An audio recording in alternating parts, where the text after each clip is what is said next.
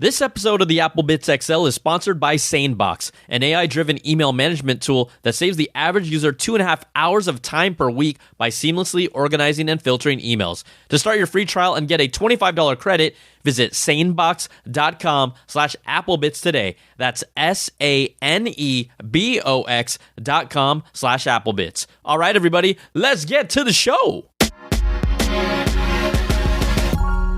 What's up? What's up, everybody? Welcome to the show. It's the AppleBits XL. Brian Tong here, your host, doing the most for everything good and bad inside the world of Apple. Welcome, everybody. It is episode 268. Thank you to all of you who have been rolling with us from the start, from before the start, from sometime recently. Thanks so much for supporting this podcast. And again, this is where you're going to get kind of the latest, the greatest, the big news around the Apple world and the tech world as a whole. But yeah, we're going to focus on the good and bad inside the world of Apple. All right, this episode, I got a special guest. Bloomberg's Mark Gurman is going to join me. We're going to do a preview of WWDC 23. Some new news just dropped, so that'll be a part of this show. But we'll be talking about the operating systems, a little bit about the 15-inch MacBook Air, and then, of course, just the biggest thing that we're all expecting to see and hoping to see and trying to figure out, what is this thing actually going to deliver? The new Apple headset. But before we get to that, we got some orders of business for the show now. I love how you all call. The calls have started to come in a lot more, and what you got to do is just record a voice memo, send it in to applebitsshow@gmail.com. That's applebits with a Z, your name, where you're from, what do you want to talk about, tech, Apple, love it. We do have some relationship advice coming, but because we have this interview with Mark, the call's going to go next week, so you guys and gals can catch up. Send in your voice memos, record them, applebitsshow@gmail.com. And I love hearing from you all because it just adds so much more to the show for me and for you.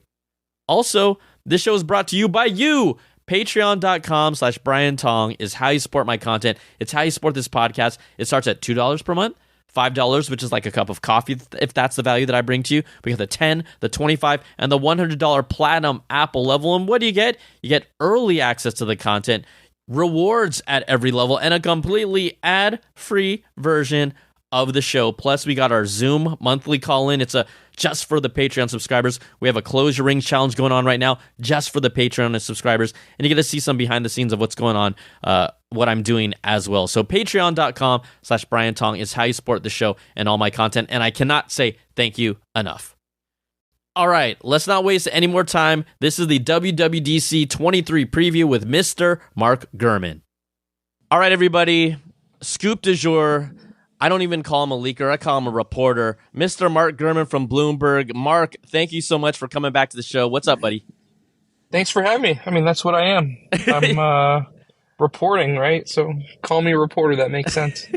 That's amazing. So, Mark, obviously, a lot has been going on, and great timing, and thanks for making the time to be on the podcast again, because you just dropped a lot about what we could see in iOS 17. I know we're going to talk about some of the other things, but I guess we'll start with the lead story, I think, that has everyone curious. I was at Google I/O, and the thing that stood out to me the most was the Pixel tablet, and using your tablet like a home hub and a speaker dock, and now you just dropped a report about Apple doing something similar-ish or kind of lining things up in that nature for the iPhone, correct? That's right. So iOS 17, they're working on a new mode that, to me, seems very similar to a smart display. So right now on Android, there's a feature on some phones, it's called ambient mode, right? Where you can put the phone or a tablet into landscape mode and it looks like a smart display, like the Pixel tablet you mentioned, or one of those Lenovo smart displays. And then you also have on Echo, right, on the Amazon Echo devices, you have the Echo Show, right? And that has a unique interface. But on the tablets made by Amazon, the Fire tablets, there is an echo mode, right? So when the tablet's in landscape mode, it triggers that mode and it could look like a smart home display. And so now they're going to bring something similar to the iPhone. So if you have the iPhone laying on your desk or on your nightstand and such, and it's locked and in landscape mode, you'll get this cool new interface with, information coming up about your day, data like the weather, calendar appointments, and of course your notifications as well. and that's a major expansion of what was done to the lock screen in iOS 16. And so from what you've heard and know right now, this would only be in horizontal mode. It feels kind of like they're also testing the waters because we've seen this consistently in iOS, right? iOS was the first to get the widgets. Then the next year, it came to iPadOS. iOS was the first to get the wallpapers. It is reported that we may see custom wallpapers coming to iPadOS. Now we're seeing Apple playing with this idea of potentially a smart home, a hub interface horizontally. And ideally, we would think that would go to iPadOS as well, right? That's right. So they're working on it for the iPad as well, in addition to the iPhone, and it should arrive on the iPad as well. Do you know any ETAs of, are they trying to target this for within like the next year? Or obviously not this year, but at least next year for iPadOS? Because I feel like that's where it really could shine. It's going to be on the iPhone in iOS 17, and they're working on it and testing it for the iPad as well. You know, the other thing is, you and I have seen this a lot. Everyone has talked about how Apple has kind of, they've evolved their smart home, but it hasn't moved as quickly and as rapidly for a variety of reasons. You know, the effectiveness of Siri, the price of their devices, the compatibility with smart home devices.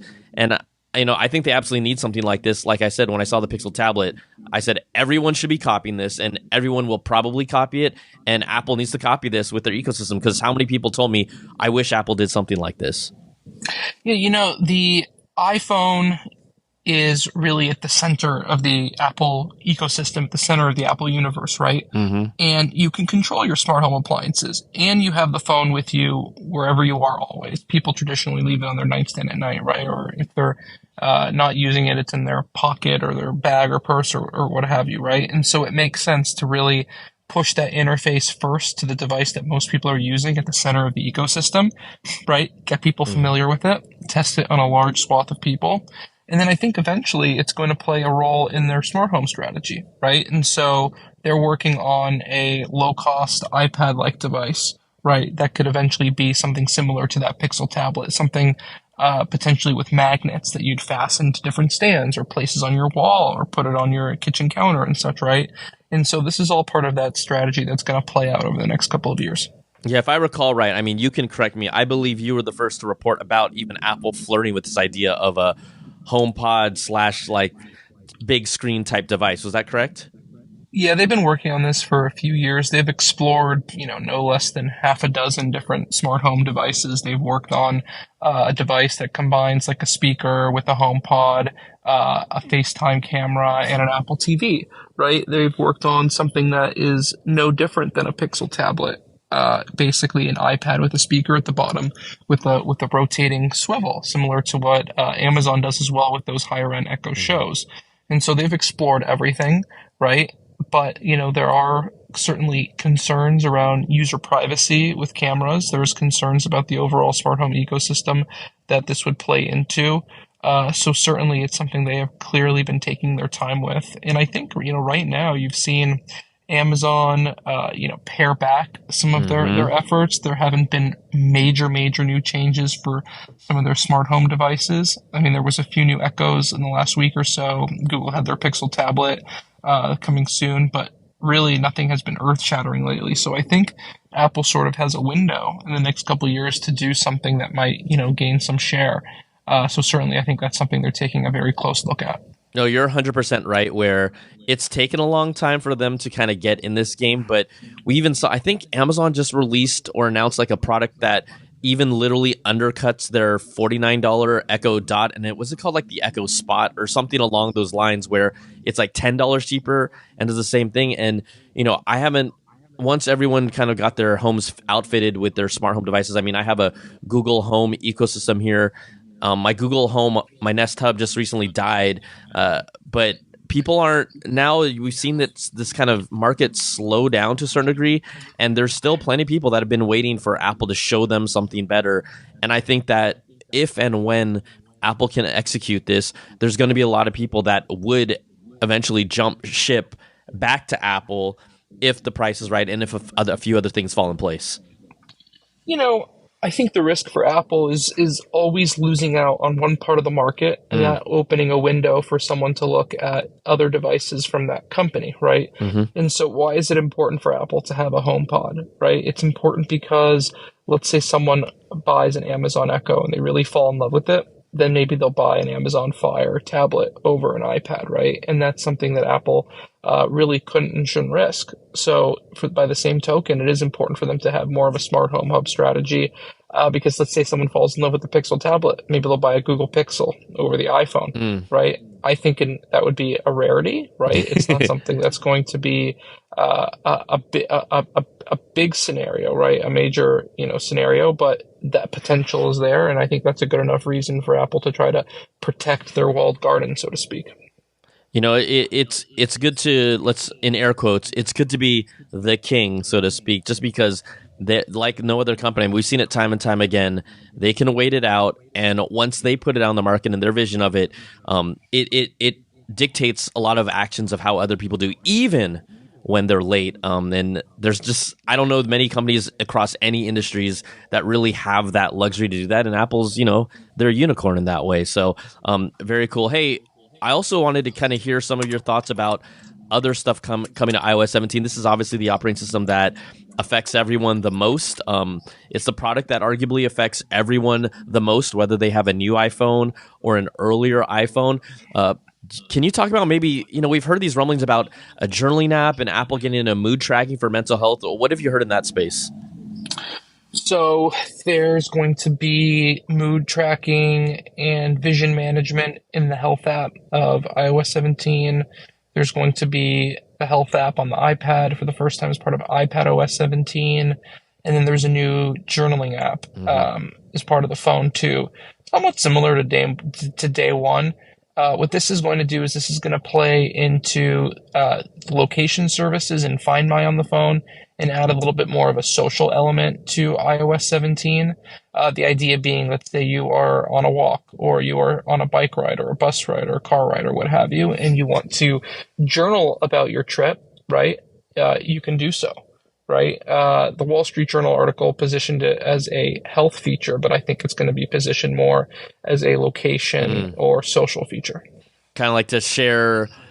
I mean, we've seen, Apple play a little bit in the social space with Ping, but that was really more tied to music, and artists first used it for like the first month, and then it didn't really do anything after that. But you're saying this is even more of a kind of a social push from Apple, not a, hey, we're trying to be a social network per se, but still, at least for the people you care about, keep tabs on them.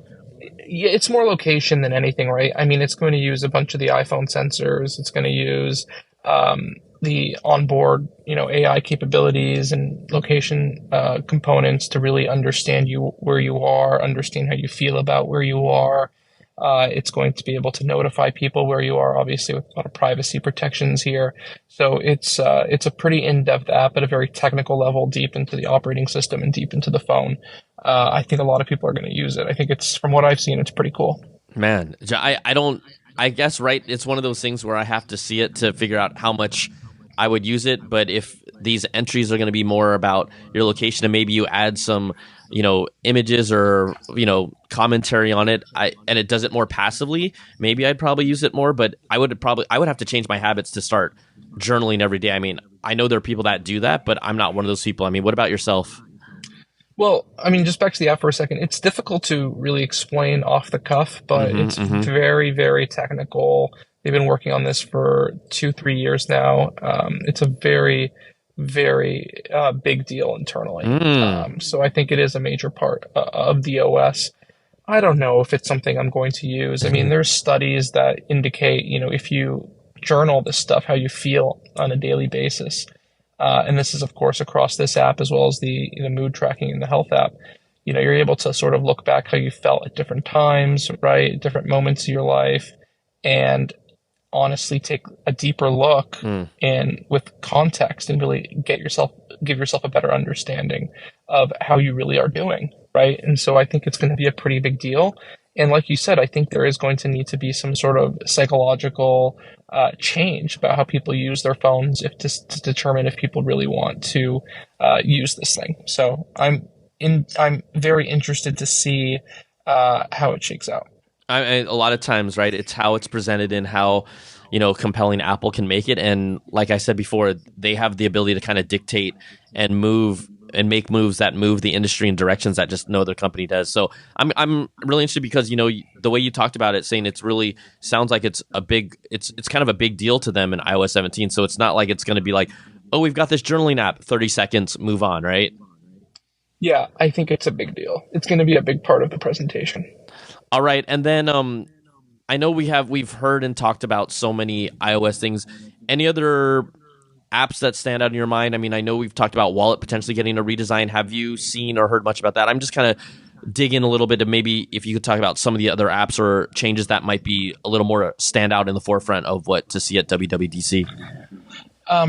The Wallet app will be obviously a big part of it. I mean, Wallet is getting more powerful, obviously. Right now in iOS 16, like some of the new features like the savings accounts and BNPL, it's sort of, hidden behind multiple menus. So it's about bringing more of that to the forefront. It doesn't make sense that keys and the smart home stuff within the Wallet app is bundled right into the same feed as your credit cards and your passes and your Walgreens card and such, right?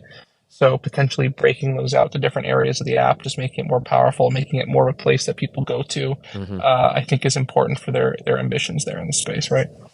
Yeah. Is SharePlay going to be... I thought SharePlay came at a time where the pandemic, they kind of like Apple developed it in-house because of everything that was going on in the pandemic. I actually think SharePlay is really cool, but it's one of those features that people haven't really changed or adapted their behaviors around, because I would have thought someone like my nieces and nephews would want to do more SharePlay type stuff, and that hasn't materialized as much. And a lot of apps incorporate it into the app. So is Apple going to try and push a little harder with SharePlay at all? Well, SharePlay is a fundamental part of the mixed reality headset, right? And so it makes sense that they're going to be doing a lot of background work on SharePlay and iPadOS 17 and iOS 17 to sort of up that compatibility and make feature parity between the different platforms. The AirPlay situation is related to getting AirPlay working, improve the ability for AirPlay to work in hotels and other places and agreements with different hotels to make sure the compatibility is there, obviously for TVs and devices that you don't own. Okay, so, I mean, I know you've probably been so deep in the weeds with it that you're like, okay, just announce the thing already. But since you started talking about the headset, I mean, as we're getting really close, I think we're less than 2 weeks away from WWDC happening, and you talked about SharePlay. What is, development-wise, what has kind of stood out to you about the Apple, let's call it the Apple Reality or Apple Reality Pro headset as we get closer? Has there been any things that have bubbled to the top that, okay, these are going to be the things to look out for when they present it? It's so funny. Everyone thinks that the headset is this sure thing at WWDC. I mean, I know these VR websites were invited yesterday, and so that's a good indicator. But up until then, the only indicator that this was coming at WWDC have been my stories starting in January. No, absolutely. This thing was coming, and it sort of just became fact pretty quickly. So God help me if it's not there. No, it'll be there. Yeah, it's the whole. They've got very little other than on the headset, I think. Right? I mean, there were some people questioning how it's possible that Apple would fit a headset, a new MacBook Air, iOS 17, iPadOS 17, macOS 14, new tvOS, watchOS into this event, right? But if you think about it, they've got a 2.5 hour event, right? Probably the 2 hour cap, right? You can do iOS 17, watchOS 10, macOS, so those OSs, right? iPadOS. I think you can get those done in 20 minutes, right? And then I think you can get the MacBook done in 10 minutes. Yeah, right. So I would say they've probably broke it down and they said, we're going to do half an hour. We're going to squeeze everything into half an hour. And then we're going to spend an hour and a half on the Apple headset, right? And so people like to forget that when the iPhone was announced in 2007, that was only one part of the event. There was a full walkthrough of the original Apple TV there too, right? And so the Apple Watch was announced at the same event as Apple Pay and the iPhone 6 and 6 Plus. So very rarely are there media events for a major new product category at Apple that only are focused on that product category. The only one was the iPad in 2010. That was a full iPad only, right? But yeah, they've got plenty of time. I mean, the amount of new features in iOS 17, macOS 14 are pretty light compared to prior years, right? Whereas, the MacBook is just a new screen size, and obviously that's impressive and cool, but there's no new chip to talk about. And then, you just pull all the demos that they would normally give on Mac and iPad, and you got it pretty down to the new features. The watch is probably the most significant of the software upgrades, and you'll get a demo there probably, right? But other than that, I think it's all going to fit together pretty nicely. All right, let's take a break to thank the sponsor of this podcast. SaneBox is an email management software that lets you work smarter in your inbox, save time, and focus on things more important than email. SaneBox is all about saving you time and helping you stress less on email. Using its proprietary AI, SaneBox organizes your incoming emails into appropriate folders so that when you open up your inbox, you'll only see the important emails without lifting a finger. It's like a smart assistant with years of experience who knows what's important to you. Now, on average, this saves the average user between 2 to 4 hours each week by seamlessly organizing and filtering emails. SaneBox works with any email client. It also means that you don't have to change email clients to take advantage of all of SaneBox's benefits. And as a trial user, SaneBox even offers a free one-to-one SaneBox concierge service where you can sit down with one of their email experts to review process steps for managing your email and setting up SaneBox to match your workflow. Now, I found that it helps sort the emails that matter to me and those that don't, and I still check them and move messages around when it needs to so that it learns. And it's just an easy label in my Gmail that I peek at every day. Start your free trial and get a $25 credit. Visit sanebox.com/applebits today. That's sanebox.com/applebits.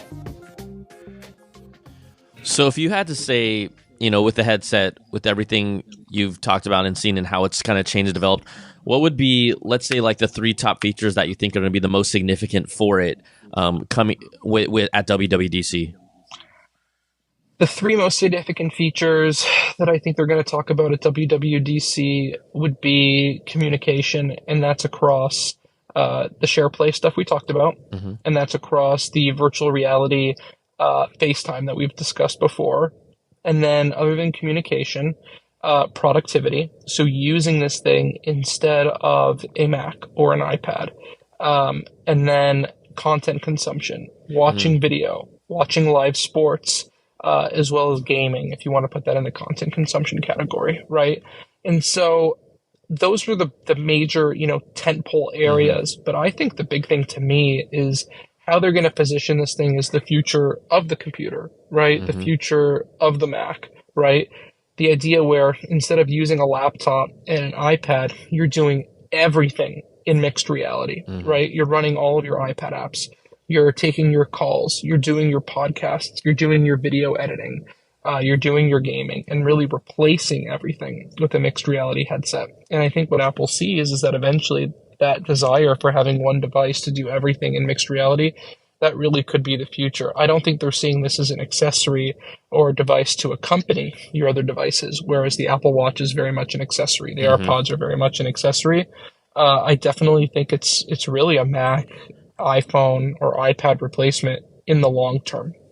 Yeah, and what I think also to piggyback on that is I did this survey that I had about 200 people respond to specifically about the Apple headset, and the number one thing that they wanted to see when I asked, what would make this a success to them was, showing the future of how Apple is thinking about this platform and what they can inform us about how Apple looks to move forward, right? Everyone, we know all the reports of potentially the $3,000 price point, and people are going to, scream and shout about that all they want. But even if it's not attainable for them, the general consumer that is in this, following tech like we are, that is so curious about what Apple's vision is if they can sell them on at least the future of where Apple is going.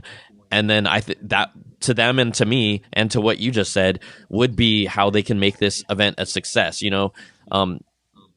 But it remains to be seen still. I'm also curious, you talk about wearing this every day. And this idea of it still having a tethered battery pack, is that still the case? Oh yeah, yeah, for sure. So it's an external battery. It looks similar to the MagSafe battery pack. If anyone has one of those, I have one of them in my bag. I don't think it's that great of an accessory, right? Yeah, But yeah. that's what it's going to look like. It's going to be quite a bit bigger though. Get you a couple hours of battery, and you can hot swap them out as necessary. They've done it for two reasons. Um, Weight and safety, right? With a device with this amount of power, you probably don't want the battery on your head.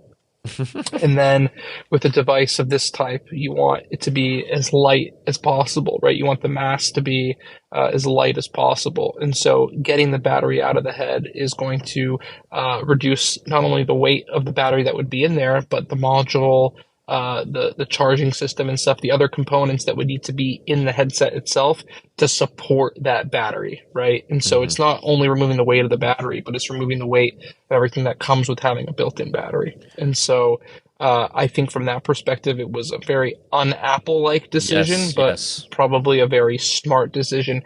It's really the antithesis of what they've been saying about the iPhone. If you remember when the first few generations of the iPhone, there was a segment of people that were up in arms about it having a built-in sealed battery, right? Well, now you're going to have a segment of the population that's going to be up in arms about the headset having an external battery, right? So I guess for Apple, this is one of those many cases where there's no win, right? Yeah, you complained about having it built in, now you're going to complain about having it external. Well, obviously the landscape has completely changed, right? And people's mindsets have changed, but that's the situation. But you know what? I think what's interesting about that, and I've talked about this in the past, is if no one has been able to give us a headset that we could really truly wear for me and you and I have talked about motion sickness and even the length of time we wear these things. I'll give you 20, 30 minutes tops. And I recently had put on the Meta Quest 2, and I'm like, damn, this is heavier than I remember. And part of this whole idea of Apple wanting to use it for productivity and communication and content consumption, that requires you to be in it for more than 20, 30 minutes. And if this can be, and I expect it to be, the takeaways, but we'll see what happens. The takeaways from people that get to try it on for the first time has got to be, this is the lightest augmented AR VR headset I've ever used at this fidelity, right?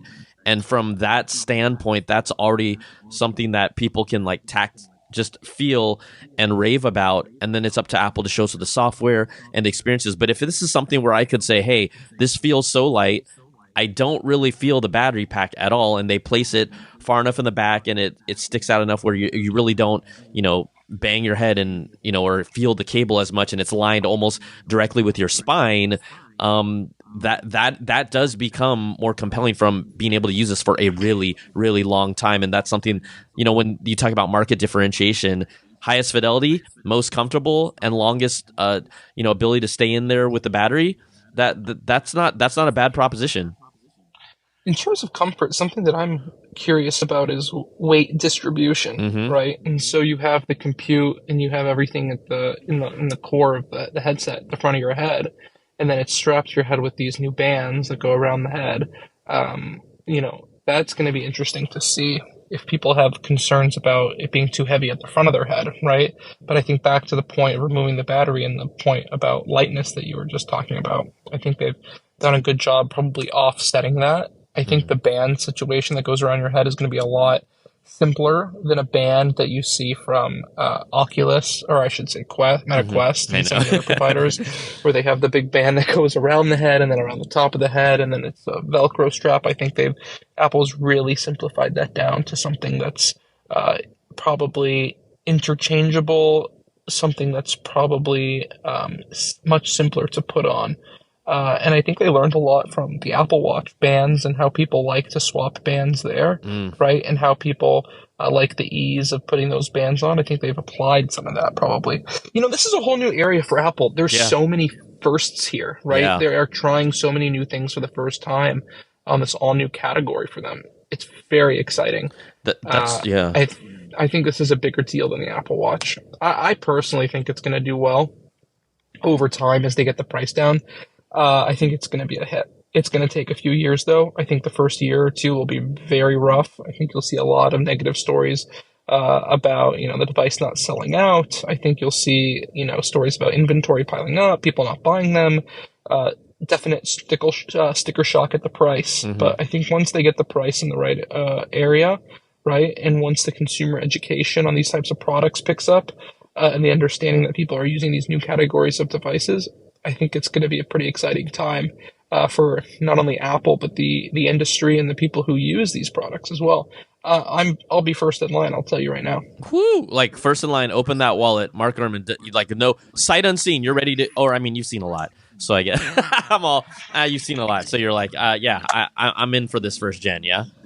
I mean, at the very core, I'm a huge tech and Apple fan, yeah. right? I mean, I know I write about the company, but I think my very unique perspective and knowledge on these things comes from just at my very core, growing up and being a total tech fanboy, right? And then sort of pivoting into this area. So I come into it from that lens, and I understand this stuff, and I'm pretty psyched to try it out. And I know you're the exact same. I mean, I'm way back. Yeah. We go way back, but I mean, I'm so fascinated by it because all these, everyone has these takes. This is one of those few products I really feel like you have to wait and see what Apple does before you crap on it, right? Like never underestimate Apple, first of all. And if it bombs, I think that the idea, I use the word bombs by air quotes, it's going to mean different things to different people because, to your point, if Apple is looking at this like a platform that we know they have the resources to invest in it,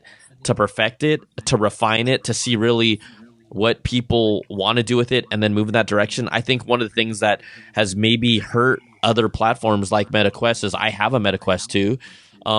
I play these games, but once I'm finished with these experiences, I don't go back. I did work out with Supernatural, which was freaking awesome, but it did get a little heavy, and then I just found other things to do. But I feel like they've stayed in that wheelhouse of, hey, we're going to make this more of a gaming device, and that audience does like that, but they haven't really changed or evolved it that much. You don't see a lot of other use cases being focused on other than here's some games experiences.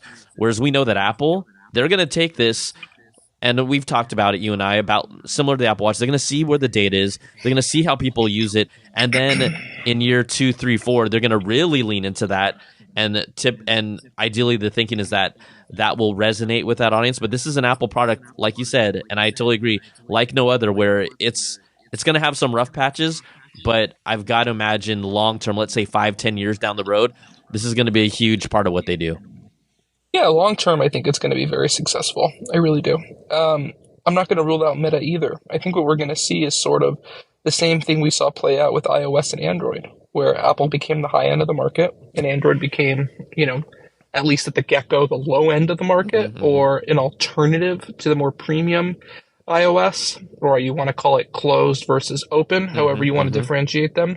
I think this Apple headset is going to do wonders for Meta. I think you're going to see Meta headset sales go through the roof because of this. I think it's going to educate a lot of people about a category that people don't know about. And so I think Meta should be psyched for this. Yeah, I agree from a standpoint of when Apple does something, it puts a lot of focus on new industries. Like let's be real, the Pebble Watch, which was started on Kickstarter, then other companies started doing it, and then once Apple did it, a lot more people started paying attention to smartwatches. I mean, yes, we know that LG was working on one, other companies put out other kind of watch-like devices, but other brands have built markets because Apple kind of pushed in there, and then general consumers are paying attention now. They're like, hey, what is this? I think it's a good time for VR, and I'm just so curious what the experiences will be like, and if this fidelity is as good as people and reporters are saying. I don't want to say my mind might be blown, but I kind of expect it in some aspects to be like, damn, I've never seen anything like this before, in some ways, depending on what they show us. I think it's very impressive.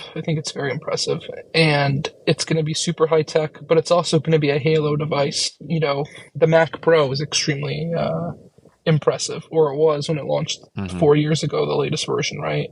And it's also not useful or attainable or necessary for most people. But I think this is going to play out similarly in the short term and change up in the long term. Are you going to be there at WWDC? I'm going to be there. Are you going to be there, Mark? TBD. I have to see if it fits into my schedule.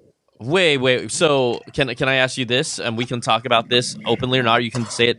So you have the invite, but you might not be able to go. Is that what you're telling me? Okay, the laugh tells it all.